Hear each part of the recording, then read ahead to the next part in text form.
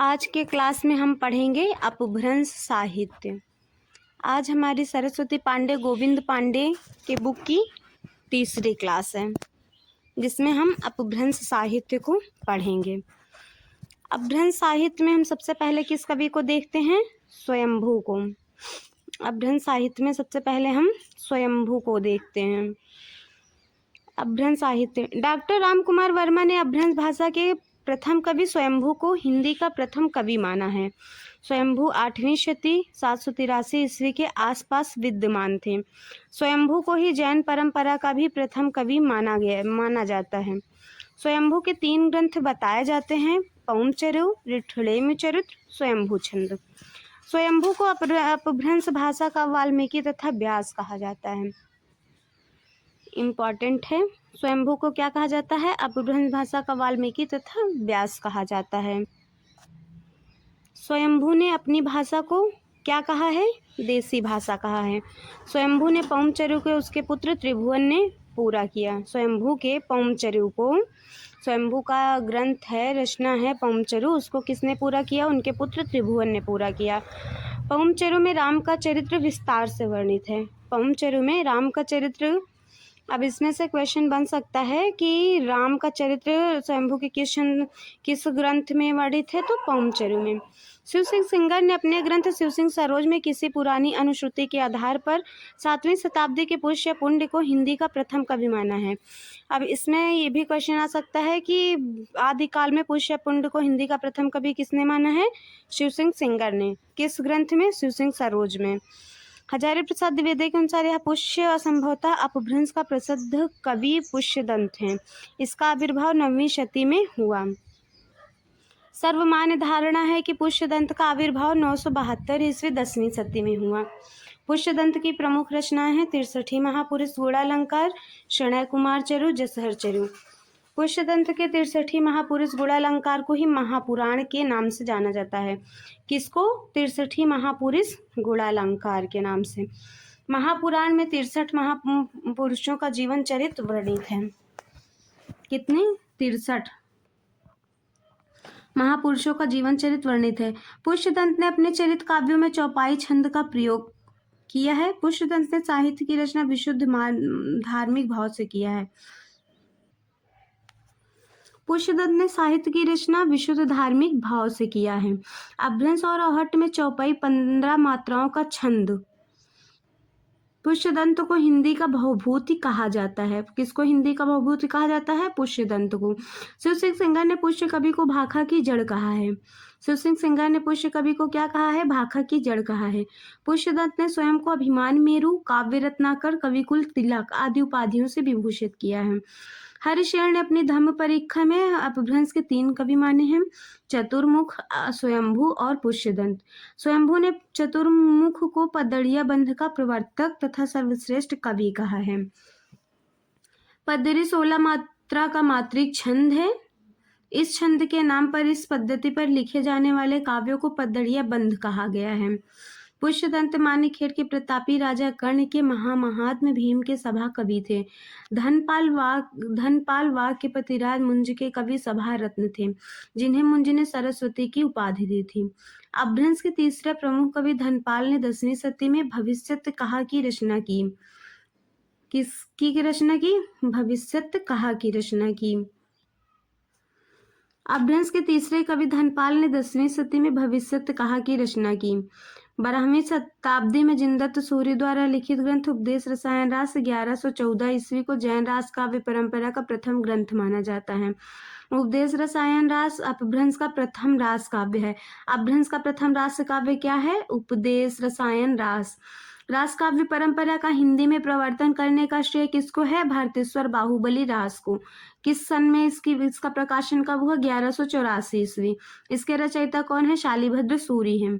उपदेश रसायन रास 80 पद्यों का नृत्य गीत है। ये कौन सा गीत है? नृत्य गीत है। किस प्रकार की रचना है? रासलीला काव्य रचना है। अब्दुल रहमान द्वारा लिखित संदेश रासक पहला धर्मेत्तर रास ग्रंथ है। अब्दुल रहमान द्वारा लिखित संदेश रासक पहला धर्मेत्तर रास ग्रंथ है। देसी भाषा में किसी मुसलमान द्वारा लिखित प्रथम काव्य ग्रंथ संदेश रासक है। कौन सा प्रथम काव्य ग्रंथ है? संदेश रासक है। संदेश रासक एक कौन सा काव्य है? खंड काव्य है, जिसमें विक्रमपुर की एक वियोगिनी कथा वर्णित है। विद्वानों ने उसका समय 12वीं सदी का उत्तरार्ध और 13वीं सदी का आरंभ माना है। मुनि राम सिंह जैन साहित्य में सर्वश्रेष्ठ रहस्यवादी कवि माने कहे जाते हैं। कौन जैन साहित्य में सर्वश्रेष्ठ रहस्यवादी कवि हैं? मुनि राम सिंह। डॉक्टर हीरालाल मुनि राम सिंह का आविर्भाव काल संवत 1057 के लगभग मानते हैं।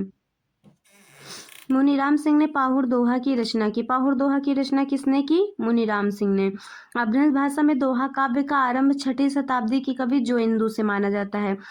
दोहा काव्य का आरंभ कब से माना जाता है? 6वीं शताब्दी जोइंदू से माना जाता है। जोइंदू ने 2 पुस्तकों की रचना की, परमात्म प्रकाश और योगसार।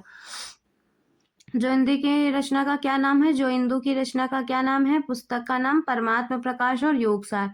जॉर्ज ग्रियर्सन ने आदिकाल के अंतर्गत 9 कवियों को शामिल किया। किसने 9 कवियों को शामिल किया? इसी को नवनाथ के नाम से जाना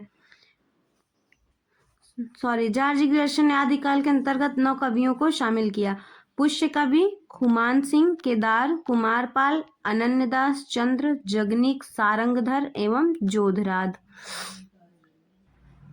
मिश्र बंधुओं ने मिश्र बंधु विनोद के प्रथम संस्करण में आरंभिक काल 700 से 1444 विक्रमी के अंतर्गत 19 कवियों को स्थान दिया है।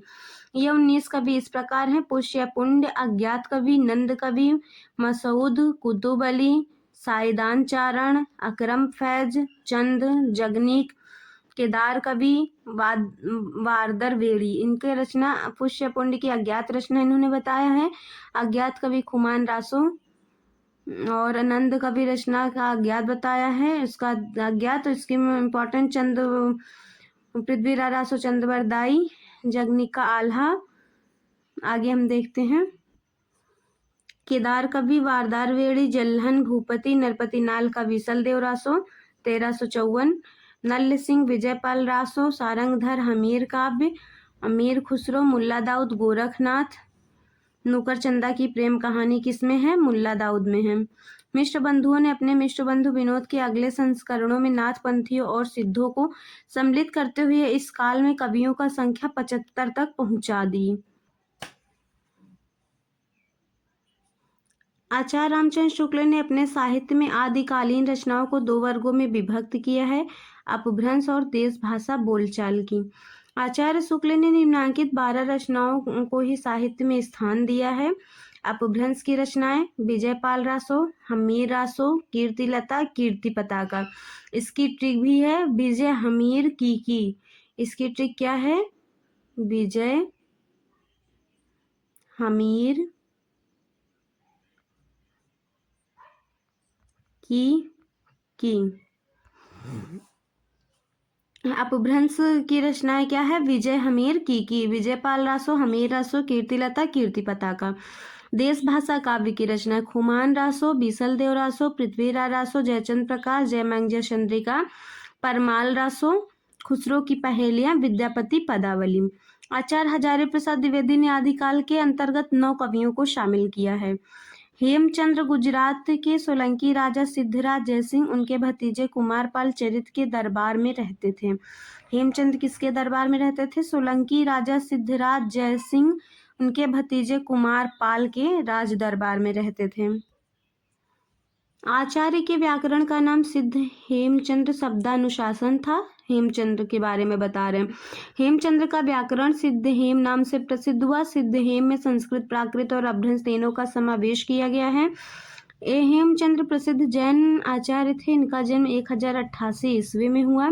हेमचंद्र के अन्य पुस्तकों का नाम निम्न है: कुमारपाल चरित, योग शास्त्र, प्राकृत व्याकरण, छंदोनुशासन, देशी नाम माला कोश। हेमचंद्र को प्राकृत का पाणिनि माना जाता है। अपने व्याकरण के उदाहरणों के लिए हेमचंद्र ने भट्टी के समान एक द्वैश्रय काव्य की रचना की। द्वैश्रय काव्य की रचना किसने की? हेमचंद्र ने। प्राकृत का पाणिनि किससे माना जाता है? हेमचंद्र को। और हेमचंद्र की पुस्तक का नाम क्या है? कुमारपाल चरित, योग शास्त्र, प्राकृत व्याकरण, छंदानुशासन, देशी नाम माला कोश। आगे हम सोमप्रभु सूरी के बारे में देखते हैं। सोमप्रभु सूरी गुजरात के एक प्रसिद्ध जैन साधु थे। इनका आविर्भाव 1252 विक्रमी संवत में माना जाता है।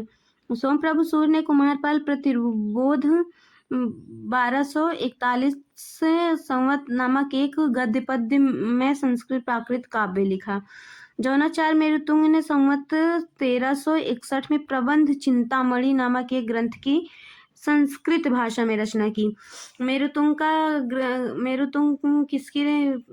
की रचना क्या है? प्रबंध चिंतामणि। किस सन में प्रकाशित हुई? 1361। किस भाषा में रचित ग्रंथ है? संस्कृत भाषा में।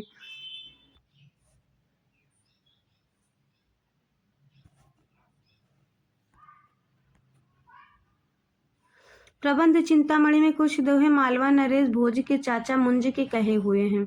प्रबंध चिंतामणि में दोहा विद्या में विवाद करने वाले दो चरणों की कथा आई है, इसलिए अपभ्रंश काव्य को दोहा विद्या भी कहा जाने लगा।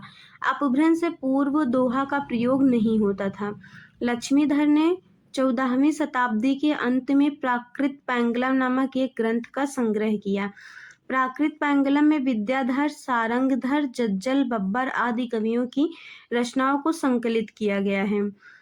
प्राकृत पैंगलम में प्राकृत और अपभ्रंश छंदों की विवेचना की गई है। किसकी विवेचना की गई है? प्राकृत और अपभ्रंश छंदों की विवेचना की गई है। प्राकृत पैंगलम को प्राकृत पिंगल सूत्र भी कहा जाता है। प्राकृत पैंगलम की टीका वंशीधर नामक किसी विद्वान ने लिखा है। सारंगधर एक अच्छे कवि और सूत्रकार थे। सारंगधर ने सारंगधर पद्धति के नाम से एक सुभाषित संग्रह बनाया।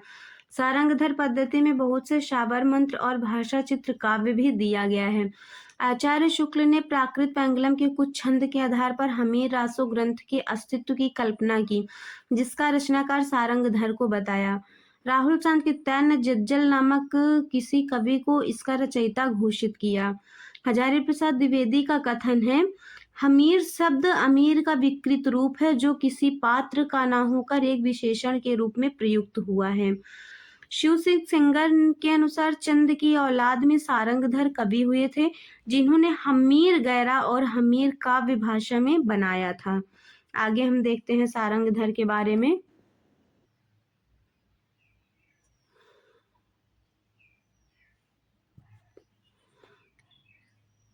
सारंगधर कृत सारंगधर पद्धति संस्कृत भाषा में लिखा एक बीच बीच में देश भाषा के वाक्य भी आए हैं। श्री मल्लदेव राजा की प्रशंसा में सारंगधर पद्धति में श्रीकंठ पंडित का संग्रहित यह श्लोक उल्लेख योग्य है। श्लोक ध्यान रखिएगा।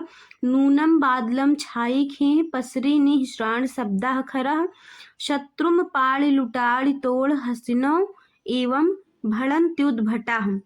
झूठे गर्भ भरा मघाल सहसों रे कंत मेरे कहे कंठे पाग निवेश जाह शरणम श्री मल्लदेवम विभुम। डॉक्टर बच्चन सिंह ने अनुमान व्यक्त किया है कि सारंगधर कुंडलिया छंद के प्रथम प्रयोक्ता हैं। कुंडलिया छंद के प्रथम प्रयोक्ता कौन है? सारंगधर। किसने माना है? डॉक्टर बच्चन सिंह ने माना है। आगे हम देखते हैं सिद्ध साहित्य। सराहपा को हिंदी का प्रथम कवि माना जाता है। हिंदी का प्रथम कवि किसे माना जाता है? सराहपा को। इन्हें सरोज वज्र, राहुल भद्र आदि नामों से जाना जाता है। सराहपा को किस नाम से ज्यादा जाना जाता है? सरोज वज्र, राहुल भद्र नाम से।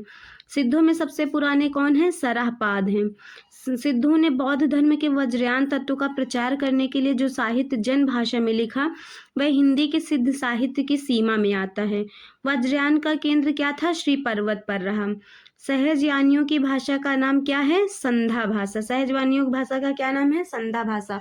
वेरी इंपॉर्टेंट है। कुछ विद्वानों ने संध्या भाषा का अर्थ यह बताया है कि यह ऐसी भाषा है जिसमें संध्या के समान प्रकाश तथा अंधकार का मिश्रण है।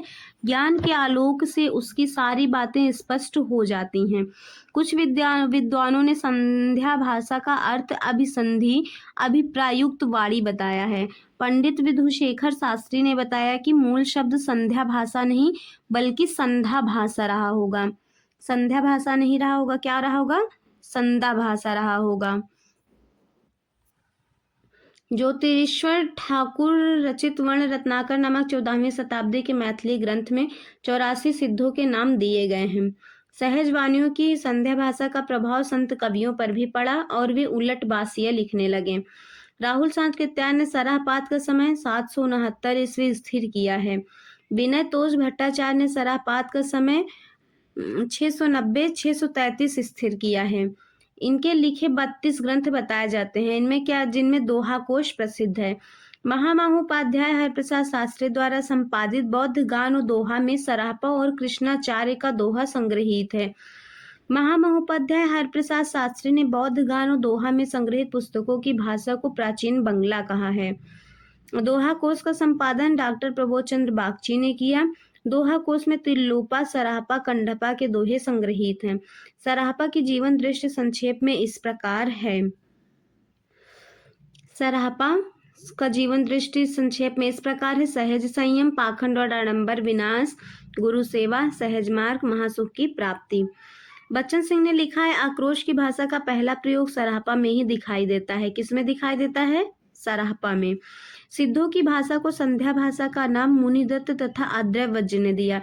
सिद्धों की भाषा को संध्या भाषा किसने कहा? नाम किसने दिया? मुनिदत्त और अद्वैव्रज ने। शबरपा सराहपा के शिष्य तथा लुइपाद के गुरु थे। सबरों की वेशभूषा में रहने के कारण इनका नाम शबरपाद पड़ा। इनका जन्म क्षत्रिय कुल में सन 780 ईस्वी में हुआ। चर्यापद सबरपा की प्रसिद्ध पुस्तक है। सबरपा की प्रसिद्ध पुस्तक क्या है? चर्यापद। चर्यापद एक प्रकार का गीत है जो सामान्यतः अनुष्ठानों के समय चर्यापद संध्या के दृष्टिकूट में लिखी गई है, जिनके दोहरे अर्थ होते हैं। सिद्ध साहित्य में दोहा कोश की रचना परिनिष्ठित अपभ्रंश में हुई तथा चर्यापदों की औहट में। सिंधों का दोहा और चर्यापद संत साहित्य में क्रमशः साखी शब्दी किंचित रूपांतरित हो गया। लुइपा का जन्म राजा धर्मपाल के शासनकाल में सन 773 ईस्वी में एक कायस्थ परिवार में हुआ था। लुइपा शबरपा के शिष्य थे। लुइपा किसके शिष्य थे? सबरपा के क्या थे? शिष्य थे। आगे हम देखते हैं। 84 सिद्धों में लुइपा का स्थान प्रथम तथा सबसे ऊंचा माना जाता है। लुइपा साधने में इतने ऊंचे थे कि उड़ीसा के राजा दारिकपा, उनके मंत्री डोंगीपा इनके शिष्य हो गए थे। डोम्भिपा का जन्म मगध के क्षत्रिय वंश में सन 840 ईस्वी के आसपास हुआ। इनके द्वारा रचित 21 ग्रंथ बताए जाते हैं, जिनमें डोम्भी गीतिका, योगचर्या, अक्षर द्विकोपदेश आदि प्रसिद्ध हैं। डोम्भिपा विरूपा के शिष्य थे। डोम्भिपा किसके शिष्य थे? विरूपा के। कंडपा सिद्धों में सर्वश्रेष्ठ विद्वान तथा सबसे बड़े कवि थे। कंडपा का जन्म कर्नाटक के ब्राह्मण वंश में सन 820 ईस्वी में हुआ था। राहुल संकीर्तन के अनुसार कंडपा पांडित्य और कवित्व में बेजोड़ थे। कंडपा बिहार के सोमपुरी स्थान पर रहते थे तथा जलंधरपा को अपना गुरु बनाया था। कंडपा कहाँ रहते थे? बिहार के सोमपुरी स्थान पर। कंडपा किसको अपना गुरु बनाया? जलंधरपा को।